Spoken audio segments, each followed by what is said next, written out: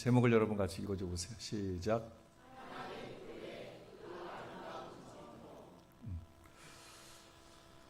오늘 본문은 이렇게 시작됩니다.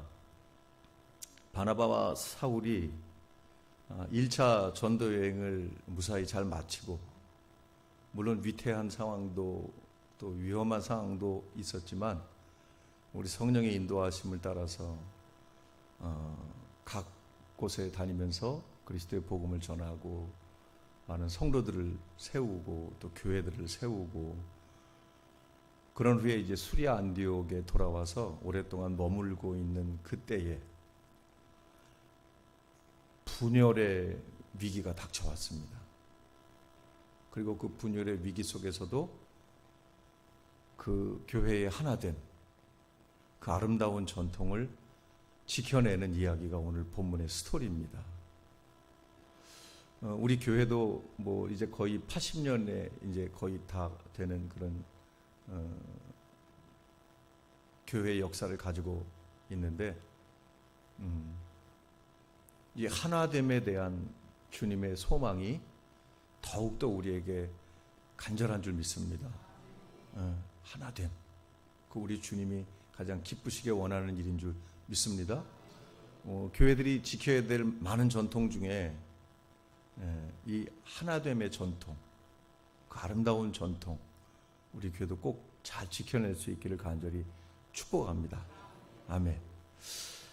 문제의 발단은 수리아 안디옥 교회에서부터 시작되었습니다. 오늘 1절 말씀 보니까 그 문제 제기가 나오는데요. 1절 말씀 한번 같이 읽어보겠습니다. 시작.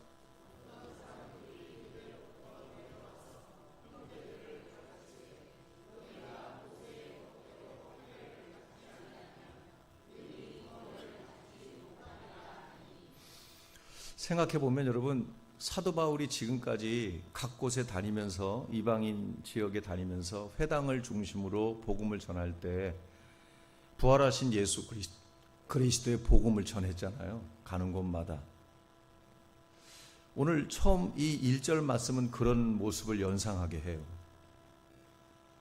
여기 밝혀지기는 어떤 사람들이 유대로부터 내려와서 라고 되어 있지만, 사실은 바나바와 사울도 바로 요 직전에 이방인들을 찾아다니면서 복음을 전했죠. 그죠? 복음을 전하면서 많은 열매들을 맺었는데, 그런 모습처럼 이 유대인, 이 그리스도인들 중에서 이렇게 이방인 지역에 와서 복음이 아니라 율법을 전하는 사람들이 있었던 것 같아요. 그런데 그들의 주장이 굉장히 위험한 주장이에요. 그런데 수리아 안디옥 교회에서 이렇게 주장했다는 것을 보면 그들도 분명히 그리스도인인 건 맞는 것 같아요. 그들이 어떻게 주장했냐면 이렇게 주장했어요. 형제들을 가르치되 너희가 모세의 법대로 할례를 받지 아니하면 능히 구원을 받지 못하리라. 바울과 바나바가 전했던 복음이 아니에요. 그러죠? 바울과 바나바는 율법과 할례로부터 그걸 넘어서서 이제 예수 그리스도, 부활하신 예수 그리스도를 전하고 율법의 완성자로 오신, 율법의 마침으로 오신 예수 그리스도를 전한 반면에 이 어떤 사람들, 유대로부터 온 어떤 사람들은 거꾸로 율법을 전하는 거예요. 이 일 때문에 2절에 보니까 바울 및 바나바와 그들 사이에서 적지 아니한 다툼과 변론이 일어났다 그랬습니다. 그래서 결국 이 문제 때문에 다툼이 일어났고 변론하다가 결국 바나바와 바울이 예루살렘 교회로 갑니다.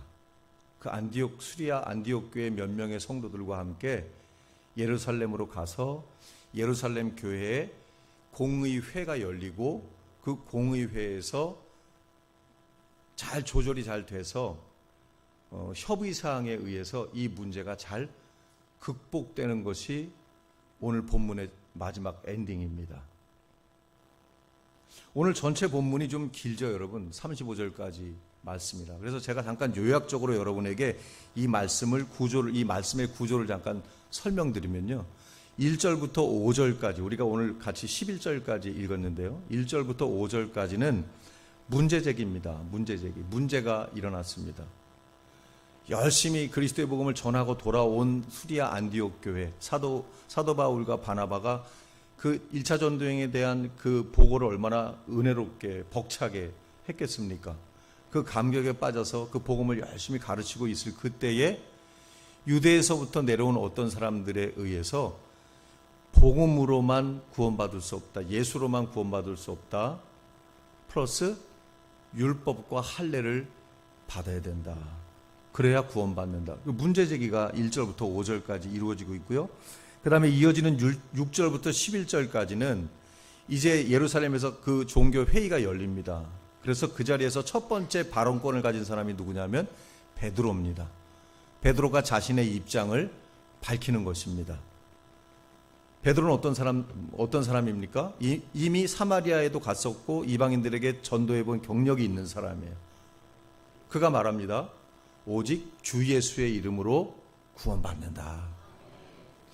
그 다음에 이어지는 13절부터 21절까지의 말씀을 보면 야고보의 제안이 이어집니다. 베드로에 이어서 이 야고보는 누구냐 하면 예수님의 형제, 예수님의 동생 야고보가 벌써 교회의 지도자가 됐어요. 그래서 베드로의 입장을 들은 야고보가 이제 그 모든 총의를 모아서 어떤 제안을 내놓습니다. 그리고 그 제안을 통해서 모든 문제들이 일단락 지어집니다. 협의가 다 끝나는 거죠. 그래서 22절부터 35절까지는 그렇게 해서 결정된 문항을 편지에 적어서 사람들을 통해서 각 이방인 교회들을 향해 발송하는 내용이 오늘 전체 본문 마지막 내용입니다. 여러분, 모세의 율법과 할례를 통해서 구원받을 수 있다. 이 주장이 수리아 안디옥 교회에서 전해졌다고 하는 사실이 굉장히 의심스럽습니다. 그 교회는 우리가 잘 아는 것처럼 최초로 세워진 이방인 교회잖아요. 그런데 그곳에서 율법을 강제하고 강요하는 그런 말씀을 전했다. 그리고 그 말씀을 들은 안디옥 교회 성도들이 당연히 반발할 수밖에 없죠. 자기들은 이방인들이고 유대적인 어떤 그런 신앙적인 종교적인 배경을 가지고 있지 않았기 때문에 율법을 강요당하고 할례를 강요당하는 그들이 가만히 있을 리가 없죠. 그래서 다툼이 일어났고 변론이 생기게 된 거죠. 그러니까 쉽게 말하면 각각의 입장이 달랐던 겁니다. 선 자리가 달랐다는 거죠. 그래서 5절부터 11절까지의 말씀을 간략하게 여러분들에게 말씀드리면 두 입장을 정리하면 됩니다. 자, 먼저 수리아 안디옥 교회, 그들은 이방인을 대표하는 교회면서 이방인을 대표하는 모임입니다. 그들은 할례나 율법에 상관없이 나중에 이제 뒤에 베드로가 자기 입장을 이야기할 때 자기가 경험했던 그 경험을 토대로 해서 말할 때도 베드로도 사마리아에 가서도 그렇고 고넬료를 통해서도 그렇고 율법 지키지 않아도 할례를 받지 않았어도 하나님의 성령이 이방인들에게 임하는 것을 경험했어요. 아멘. 그들도 복음을 받아들였고 그들도 구원을 받는 그 모든 현장을 직접 목격했어요. 수리아 안디옥 교회뿐만 아니라 모든 이방인 교회와 이방인 그리스도인들을 대표하는 이들은 이런 이방적 배경을 가진 교회였다는 거예요. 전혀 율법이나 할례하고는 상관없는 그런 공동체였다는 거죠. 그런 반면에 여러분, 유대에서 온 이 어떤 사람들, 유대인 그리스도인들, 그들은 어떻습니까? 그들은 예수를 믿어야 구원받는 건 맞지만 더불어서 할례도 받아야 되고 율법도 지켜야 된다고 말하는 사람들입니다. 나중에 예루살렘 회의가 열렸을 때 그 회의석상에서 5절 말씀을 보면 바리새파 중에 어떤 그리스도인들이 벌떡 일어나서 이 수리아 안디옥 교회에 찾아와서 율법과 할례를 받아야 구원받는다고 했던 사람들의 주장하고 똑같은 주장을 한 것을 우리가 볼 수 있거든요. 이런 신앙적 배경을 가지고 있는 겁니다. 그런데 여러분, 이렇게 수리아 안디옥 교회와 유대에서 온 어떤 사람들, 유대인 그리스도인들의 입장이 서로 달라서 결국 이런 분쟁과 다툼이 일어날 것이라고 하는 사실은 이미 일찍이 예견되었습니다. 제가 드리려고 하는 말씀은 뭐냐면, 스데반이 박해로 순교를 당하잖아요. 그리고 스데반이 순교를 당한 이후에 대대적인 박해가 사울로부터 시작되었고, 그래서 예루살렘 교회가 둘로 갈라지잖아요. 히브리파 그리스도인들을 중심으로 해서 예루살렘에 여전히 남았던 그룹, 그런가 하면 헬라파 그리스도인들, 그들은 내몰려서 흩뿌려져서 예루살렘을 넘어 사마리아와 유대와 각각 이방인 지역에 흩어졌단 말이에요.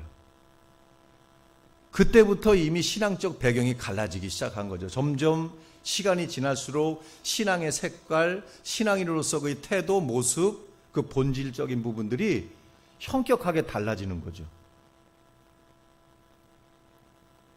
그리고 그러는 과정에서 베드로 사도 같은 경우는 직접 사마리아에도 가봤고 그들에게 복음도 전했고 그들에게 성령이 임하시기를 안수도 하고 기도도 하고 직접 그 이방인들이 복음을 받아들이고 은혜 받고 성령을 받고 교회가 세워지고 하는 그런 모습들을 직접 경험했단 말이에요.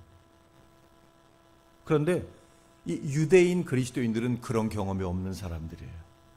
오직 유대적인 배경, 그 할례 중심의, 율법 중심의 신앙적 배경만 가지고 있었기 때문에 그들과는 큰 이질감을 느낄 수밖에 없었다는 거죠. 그게 1절부터 5절까지의 핵심 문제라는 거죠.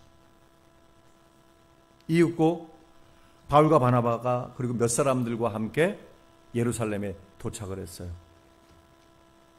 그리고 바울과 바나바가 자신들이 경험한 일들을 보고하고 자신들의 입장도 밝혔어요. 그리고 사도와 장로들이 모여서 변론이 이루어졌어요. 논의를 했어요. 그리고 전체 회의가 열렸을 때 6절부터 시작되는 말씀은 뭐냐면 그때 최초로 발언한 사람이 바로 베드로라고 하는 사람이에요. 여러분, 베드로의 입장은 매우 강력합니다. 10절 말씀을 한번 같이 볼까요? 10절. 10절. 시작.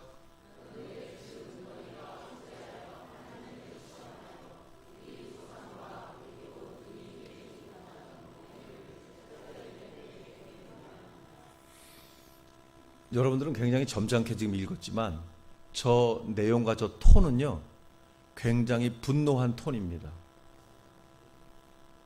그리고 굉장히 솔직한 베드로의 심정이 유대인, 정통 유대인으로서 율법에 대한 솔직한 자기 입장을 베드로가 밝힌 겁니다. 분노하면서.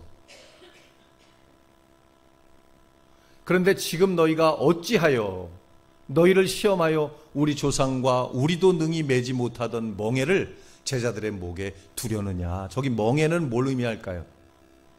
율법과 할례를 의미하는 겁니다. 어찌하여라고 하는 말은 대노했다는 표현입니다. 베드로는 저렇게 이야기할 수밖에 없습니다. 그들은 이방인들이 복음을 받아들이고 자기 자신들, 유대인들, 유대파 그리스도인들하고 똑같이 이미 그곳에 교회가 생겨지고 그리스도인들이 생겨지고 성령이 임하고 변화되는 그런 모습을 목격한 사람입니다. 경험한 사람이란 말이에요. 그러니까 저렇게 강력한 입장을 내비치는 겁니다. 그러면서 11절에 이렇게 이야기합니다. 시작.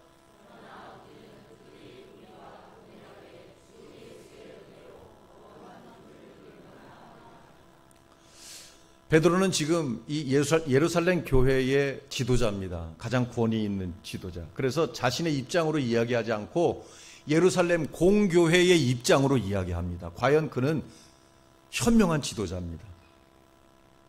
혹시 개별적인 생각을 가질 수 있는 사람들의 생각을 뭉뚱그려서 다시 한번 봐주세요. 11절.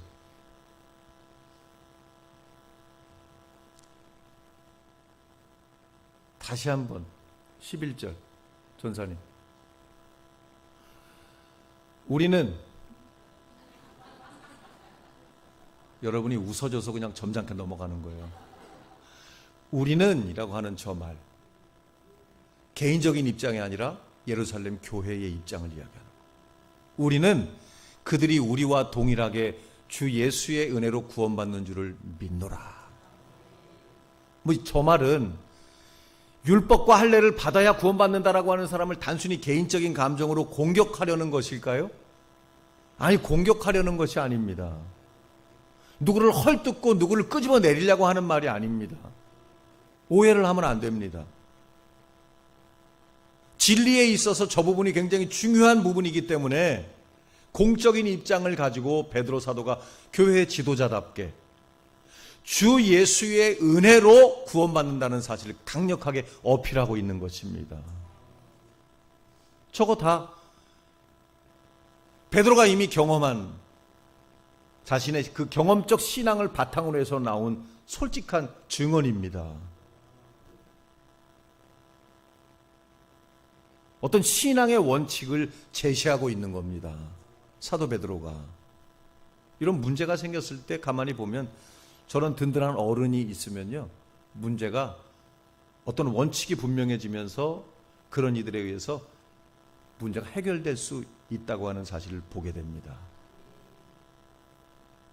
그리고 베드로의 말이 끝나자 13절부터 야고보의 말이 시작됩니다. 아무래도 이 모든 예루살렘 공의회, 이때 열렸던 예루살렘 회의의 최종 책임자가 아마 야고보였던 것 같습니다. 그가 타협안을 제안합니다. 그러면서 14절 말씀 좀 한번 비춰보세요. 저 14절 말씀은 베드로가 고넬료에게 가서 그 가정에 복음을 전하고 그들에게 성령이 임하고 그들이 그리스도인이 된 그 사건을 자기가 베드로를 통해 들은 말을 담아서 증언하는 것입니다. 야고보가.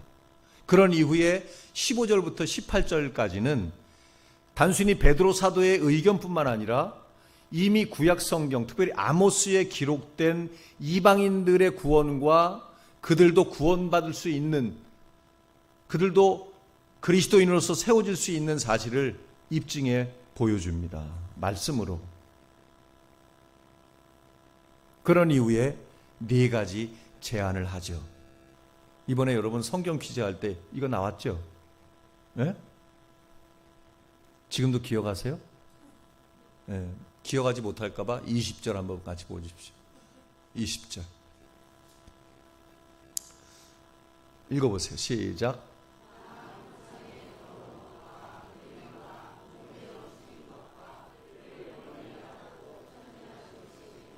전 네 가지를 준수한다. 조건으로 내건 거죠. 그리고 저 사실이 받아들여집니다. 그때 예루살렘 전체 회의에서 받아들여지고 결국 저기 편지한다는 말은 어떤 말이냐면 거기서 결정된 사실을 이방인 교회들에게 보고한다는 겁니다. 자, 예루살렘 회의에서 결정된 두 가지가 있습니다. 첫 번째는 뭐냐 하면 이방인들은 율법을 지키지 않아도 된다. 여러분은 아멘 해야 될 것 같은데, 여러분들은 누가 뭐래도 이방인이기 때문에. 근데 여러분들이 너무 교만해져 가지고 이제는 아멘도 안 하네요. 네, 얼마나 다행이에요. 여러분, 우리가 율법을 지켜야 구원받는다 그러면 우린 큰일 난 거예요. 또 한 가지는 뭐냐면, 그러나 이방인들이 이제부터 저 네 가지 일을 준행해야 된다는 거죠.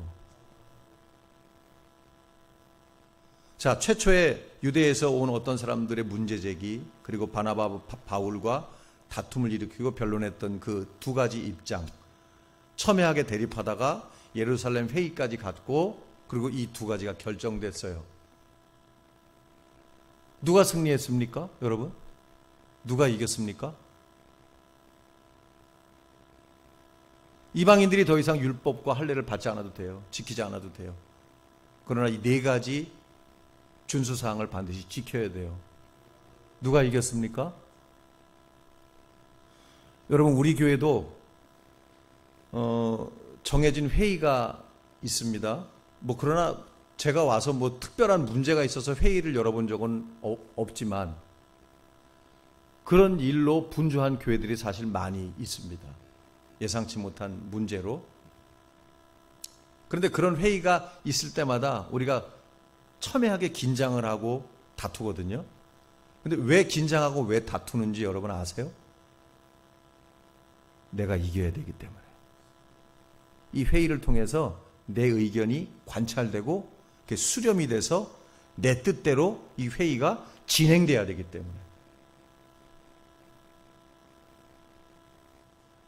그런데 여러분, 진정한 교회는, 진정한 그리스도인들은 그것이 목적이 되어서는 안 됩니다. 자, 제가 여러분들에게 누가 승리했냐고 물어봤는데 누구도 승리하거나 누구도 실패하지 않았습니다. 오롯이 한 가지, 하나 되었습니다. 뜻을 합했습니다. 서로가 서로에게 양보하고 타협했습니다. 왜 그랬을까요? 왜 그랬을까요? 그것이 하나님의 뜻이기 때문입니다. 주님은 우리가 분쟁하고 다툰 결과 찢어지고 갈라지는 것을 원하시지 않는다는 사인입니다. 그런데 우리는 어떻습니까? 내가 승리해서, 내가 무슨 일을 해서라도 내 의견을 관철하고 내가 원하고 내가 뜻하는 대로 끝내야만, 내가 승리해야만 만족해야 하기 때문에. 그래서 대부분의 지상의 교회들의 회의는, 대부분의 회의들이 부정적인 결과로 끝나게 됩니다. 거의 모든 회의들이. 그래서 오늘 본문에 나오는 이 예루살렘 회의는 교회가 회의를 무시하고 지낼 수 없는 그런 입장에 있는 교회가, 많은 문제로 회의를 열 수밖에 없는 교회들이 모범으로 삼아야 되는 모습입니다.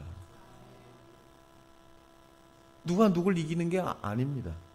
중요한 사실은 뭔 줄 아십니까? 이때 이 예루살렘 교회가 결정해 준 이 사항 때문에 구약의 율법 종교에 머무를 수밖에 없었던, 유대교로만 끝날 수밖에 없었던 이 일이, 그 예수 그리스도가, 복음이 온 세계에 전파되게 됐습니다. 그래서 기독교가 태동되게 된 겁니다. 구원사의 중심이 바뀌었습니다. 유대인에게서 이방인에게로. 여러분들은 이방인에게로라는 말만 나오면 좋아서 그러는 거요? 싫어서 그러는 거요? 펄쩍펄쩍 뛰면서 여러분들은 아멘을 해야 되는 것 같은데 그 말만 나오면 갑자기 주눅이 드는 것 같아. 다 우리 얘기를 하는 거예요, 지금. 오늘 이 예루살렘 회의는 바로 그런 의미를 담고 있다는 사실 여러분 기억하십시오. 여러분, 교회가 문제 없을 수 없잖아요. 문제 있을 수밖에 없죠. 어떤 문제든지 크든 작든 심각하든 가볍든 문제들이 다 발생합니다. 그런데 여러분, 그 문제보다 더 중요한 게 뭐냐면 그 문제를 어떻게 극복하고 해결할 것인가라고 하는 그거죠. 저는 대략 세 가지 방법만 우리가 취할 수 있다면 오늘 이 본문의 이 예루살렘 교회와 같은 그런 입장일 수 있다고 생각합니다. 오직 하나님이 영광 받으시고 교회가 온전히 세워지는, 너도 나도 아니고 우리가 함께하는. 첫 번째는 뭐냐면 여러분, 진지한 경청이에요. 회의할 때 제발 누가 무슨 얘기를 하면 진지하게 들을 수 있어야 돼요. 또 한 가지는 깊은 신뢰예요. 그리고 또 한 가지는 넘치는 사랑이에요. 근데 여러분, 우리는 회의할 때만 되잖아요. 그러면 사람들이 다 냉소적이 됩니다. 그 냉철해집니다. 막 무슨 어떤 느낌이냐면 반드시 내가 이기고야 말 거야, 막 이런, 내 뜻대로 반드시 돼야 돼, 안 되면 큰일 나, 막 이런 결연한, 총칼 들고 나가서 싸우는 사람들 그런 입장일 것 같은 때가 너무 많다는 거죠. 근데 여러분 반대입니다. 하나님이 살기 위해서는, 교회가 살기 위해서는 진지하게 다른 사람의, 타자의 의견을 귀담아 들을 줄 알아야 되는 거예요. 그의 심정에 공감할 줄 알아야 된다는 거예요. 그를 신뢰할 수 있어야 된다는 거예요. 내 의사가 그렇게 투철하다면 나만 아니라 그 사람의 그 마음도 투철하다, 의지가 깊다는 걸 인정할 수 있어야 된다는 거예요. 저는 특별히 세 번째, 넘치는 사랑에 주목하는데요. 사랑의 마음이 있어야 되는 거예요. 여러분, 사랑은 뭐냐 하면 이런 거예요. 끌어당김. 사랑은요, 언제나 끌어당겨요. 우리는 예수 그리스도에게 끌어당겨진 사람들이에요. 그래서 저는 사랑을 뭐라 그러냐면 끌어당기는 힘, 끌어당기는 능력. 그런데 여러분, 반대 입장을 보세요. 시기, 질투, 오늘 본문에 나오는 다툼. 그건 어때요? 밀어냄이에요. 시기, 밀어내는 데서부터 시작된 거예요. 거절하는 데서부터 시작된 거예요. 구별하는 데서부터 시작된 거예요. 다툼, 질투. 그 끝에는 교만해진 내가 나만 홀로 높은 데 꼭대기에 올라가서 대장 노릇할 뿐, 교회 대다수나 교회 어떤 성도도 누구도 같이 공감할 수 없는 결론만 내려지는 거예요. 아무개가 승리했군. 아무개의 뜻대로 됐군. 여러분, 그거 과연 하나님이 원하시는 일일까요? 예루살렘 교회는 그랬다는 거예요. 하나님이 원하시는 결론이 내려졌다는 거예요. 그리고 여러분, 오늘 제가 말씀을 준비하면서 보니까요, 이 1절에 나오는 유대에서 온 어떤 사람들의 정체를 24절에서 누가가 밝혀놨어요. 그 문제꾼들이 누군가, 문제아들이 누군가. 24절 말씀 한번 같이 비춰줘 보실래요? 전사님. 24절 여러분 읽어보세요. 시작.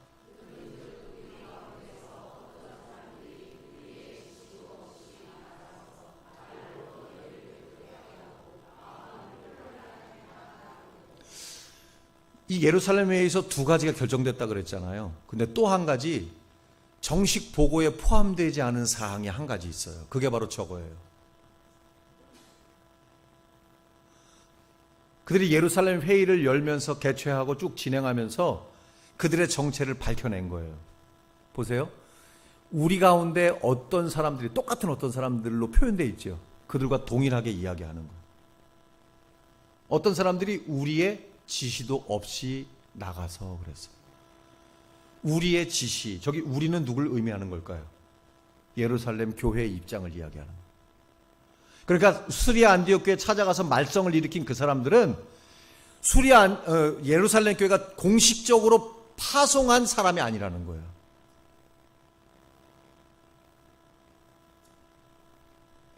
위험한 인물들이에요.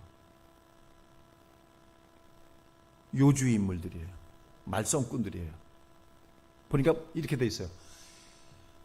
나가서 말로 너희를 괴롭게 하고 마음을 혼란하게 한다. 그 사실을 이제 추적해서 발견해낸 거죠. 말로 너희를 괴롭게 한다. 마음을 혼란하게 했다. 말로. 여러분, 말로 때릴 수 있다는 거 아세요? 말로 죽일 수 있다는 거 아세요? 여러분, 언어폭력이 손폭력보다 더 강하다는 거 아세요? 왜냐하면 저 괴롭게 했다, 혼란하게 했다 하는 저 말씀 속에 두 가지 의미가 담겨 있는데요. 하나는 그들이 말한 모든 말은 거짓이라는 거예요. 공식적으로 인증받지 못한 사실이라는 거예요. 무슨 말이에요? 예루살렘 교회는 율법 그리고 할례를 받아야 구원받는다. 그게 예루살렘 교회의 공식 입장이 아니라는 뜻이 저 안에 담겨 있는 거예요. 공식 입장이 그렇다는 거예요. 물론 그 안에 다양한 사람들이 있을 수 있었겠죠. 번쩍 손 들고 일어나서 이야기한 바리새 그리스도인들 그런 같은 경우. 그런데 여러분, 또 한 가지 의미는 뭐냐면요, 마음을 혼란하게 했다는 말이에요. 저게 원어로 직역해 보면요, 사람의 몸과 영혼을 그리고 교회를요 파괴한다는 거예요. 깨뜨린다는 거예요. 그런 의미가 저 안에 있다는 거예요. 저는 저 말씀을 준비하면서 두려워졌어요.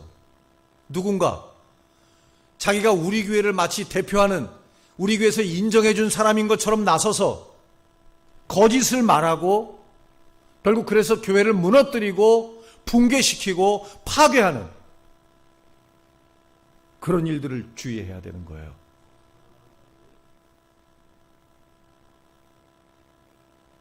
초대교회 안에, 예루살렘 교회 안에 그런 사람들이 있었다는 거예요.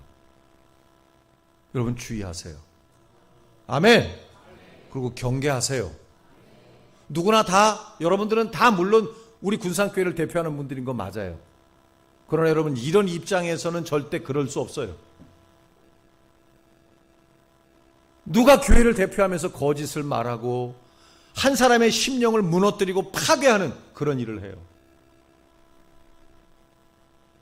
그래서 그들이 위험하다는 거예요.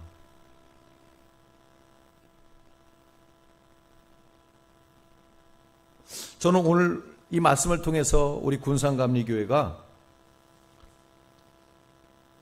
사랑으로 다양한 사람들이 모여있기에 다 뜻이 다르고 생각이 다를 수 있다는 걸 인정하고